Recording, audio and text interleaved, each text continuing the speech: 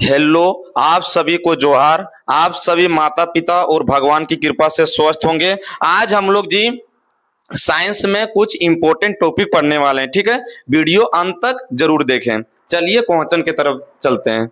देखिए जी मेरे प्यारे बच्चों, क्वेश्चन है कि घास खाने वाले जंतुओं में पाचन, जो जीव जंतु जी घास खाते हैं तो उसमें जो पाचन होता है उसके कुछ इंपॉर्टेंट भाग को हम लोग पढ़ने वाले हैं, ठीक है। सबसे पहले आता है जी जुगाली। देखो जी जुगाली, हम लोग देखे होंगे जी कि अगर कोई भी जीव जंतु है, जैसे गाय है, गाय के सामने घास रखा हुआ है तो घास ने तुरंत मतलब कि जल्दबाजी में खाना चालू कर देती है। और जब घास घास समाप्त हो जाता है जी, उसके बाद तुम देखता होगा जी कि वह फिर जबड़े को, अपना मुंह को, जो जबड़ा है उसको फिर चलाते रहती है, ठीक है। तो वही है कि गाय द्वारा जुगाली हम लोग उसी को बोलते हैं, ठीक है। क्यों, क्या करता है जी जो जीव जंतु घास खाते हैं जी, जैसे गाय, वह सबसे पहले कि घास को खा लेता है, ठीक है। उसके बाद फिर वापस भोजन को मुंह में लाता है, फिर जबड़ा की सहायता से फिर उसे छोटे छोटे टुकड़ों में चबाने का प्रयास करता है, उसके बाद फिर नीचे भेजने का काम करता है जी। आया समझ में? तो सबसे पहले जुगाली हम लोग किसे बोलेंगे जी? तो गाय द्वारा लगातार भोजन के चबाए जाने की क्रिया को जुगाली बोलेंगे, ठीक है। मतलब कहने का अर्थ हुआ कि ये भोजन को वह लगातार चबा रहा है, मतलब अपने जबड़े को पूरा चला रहा है, यही क्रिया को हम लोग जी जुगाली कहते हैं। ये समझ में आ गया होगा।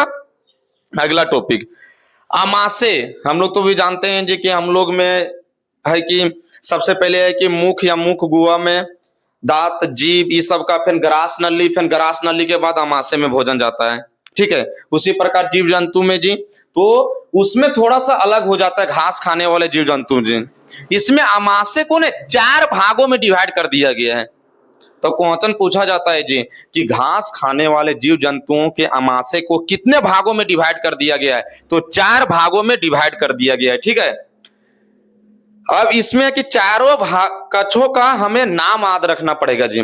पहला का नाम है रुमेन, दूसरा का नाम है रेटिकुलम, और तीसरा का नाम है जी ओमेसन, और चौथा का नाम है जी एबोमेसम। चारों सबसे पहले याद करना पड़ेगा, उसके बाद हम फिर बताने का प्रयास करते हैं कि रुमेन का क्या कार्य क्या है, रेटिकुलम का कार्य क्या है, ओमेसन का कार्य क्या है, एबोमेसम का कार्य क्या है, ठीक है। तो सबसे पहले याद हो गया होगा कि पहला का नाम है रुमेन, दूसरा का नाम है रेटिकुलम, तीसरा का नाम है ओमेसन, और चौथा का नाम है एबोमेसम। याद हो गया। सबसे पहले हम लोग चलते हैं रुमेन पर जी। रुमेन, रुमेन को ना जी प्रथम आमाशय कहा जाता है। पूछा जाता है कि आमाशय को 4 कक्षों में डिवाइड किया गया जी, तो उसमें प्रथम आमाशय किसे कहा जाता है? तो रुमेन को कहा जाता है, ठीक है। क्यों कहा जाता है इसका कारण समझो। क्योंकि अगर गाय है ना, वो लगातार अगर जल्दबाजी में भोजन खा रही ने, तो सबसे पहले भोजन है ना, वो आमाशय के फर्स्ट भाग रुमेन में जाकर भोजन को इकट्ठा करने का काम करता है जी। तो सबसे पहले भोजन जो होता है वह रुमेन में इकट्ठा होता है, एकत्रित होता है भोजन, ठीक है। मतलब गाय पूरा जल्दबाजी में खा रही है तो भोजन जो गया वो आमाशय में तो गया, लेकिन आमाशय के जो रुमेन है ना, सबसे पहले वहां भोजन को इकट्ठा करने का काम इकट्ठा होता है, एकत्र होता है। तो देखो जी रुमेन का 2 इंपॉर्टेंट पॉइंट। रुमेन को क्या कहते हैं जी? प्रथम आमाशय कहते हैं। क्यों कहते हैं? क्योंकि सबसे पहले भोजन यहीं पर जाता है, आमाशय के फर्स्ट भाग पर ही जाता है जी, इसलिए रुमेन को प्रथम आमाशय कहते हैं। दूसरा, भोजन का भंडारण। दूसरा पॉइंट है रुमेन का इंपॉर्टेंट, पूछा जाता है भोजन का भंडारण क्या होता है? तो आमाशय के प्रथम कक्ष रुमेन में होता है जी। क्योंकि गाय लगातार जल्दबाजी में भोजन खा रही है तो सबसे पहले भोजन रुमेन में जाकर इकट्ठा करने का प्रयास इकट्ठा होता है जी, ठीक है। दूसरा का नाम है रेटिकुलम। रेटिकुलम का क्या कह रहे हैं जान? देखो सही बच्चे ध्यान, अगर वीडियो अंत तक देखेंगे तो जरूर समझ में आएगा, ठीक है। तो रेटिकुलम के बारे में हम जानने का प्रयास, जैसे देखो गाय है कि घास खाई, लगातार भोजन गया तो जल्दबाजी में खाई, फिर वह भोजन को वापस फिर मुंह में लाने का प्रयास, फिर मुंह में जबड़े की सहायता से जुगाली करती है, और वही भोजन को फिर चबाकर आमाशय के दूसरे कक्ष में भेजने का काम करती है जी। दूसरे कक्ष में वह भोजन जाता है जी, इसलिए रेटिकुलम को कहा जाता है जी दूसरे कक्ष है जी। और यहाँ पर भोजन का विखंडन होता है, भोजन और छोटे छोटे टुकड़ों में रेटिकुलम में टूट जाता है जी। तो याद हो गया होगा कि अमाशय के किस भाग को दूसरे कक्ष के नाम से जाना जाता है जी, तो रेटिकुलम को। ठीक है, यहां पर रेटिकुलम में क्या होता है जी, भोजन का विखंडन होता है, मतलब कि भोजन और छोटे छोटे टुकड़ों में टूट जाता है। देखो जी, अगर हम लोग ये भोजन करते हैं जी, तो क्या दांत के सहायता से भोजन, केवल दांत के सहायता से हम लोग भोजन छोटे छोटे टुकड़ों में टूटता है जी। फिर इसमें छोटी आंत का भी बहुत बड़ा योगदान होता है।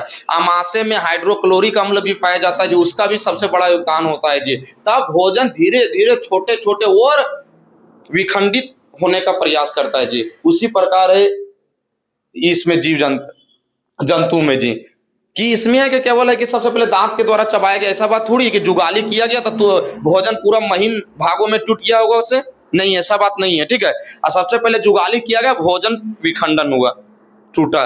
फिर है कि रेटिकुलम में भी महत्वपूर्ण योगदान उसका रहा है, रेटिकुलम का जी। वो क्या करता है, भोजन को और छोटे छोटे टुकड़ों में तोड़ देता है। यहां तक समझ में आ गया होगा। उसके बाद भोजन अबर जाएगा जी ओमेसन में। ओमेसन में भोजन गया, ओमेसन क्या करे, इसे तीसरा कक्ष है जी। ओमेसन क्या करेगा, पानी का अवशोषण कर लेगा।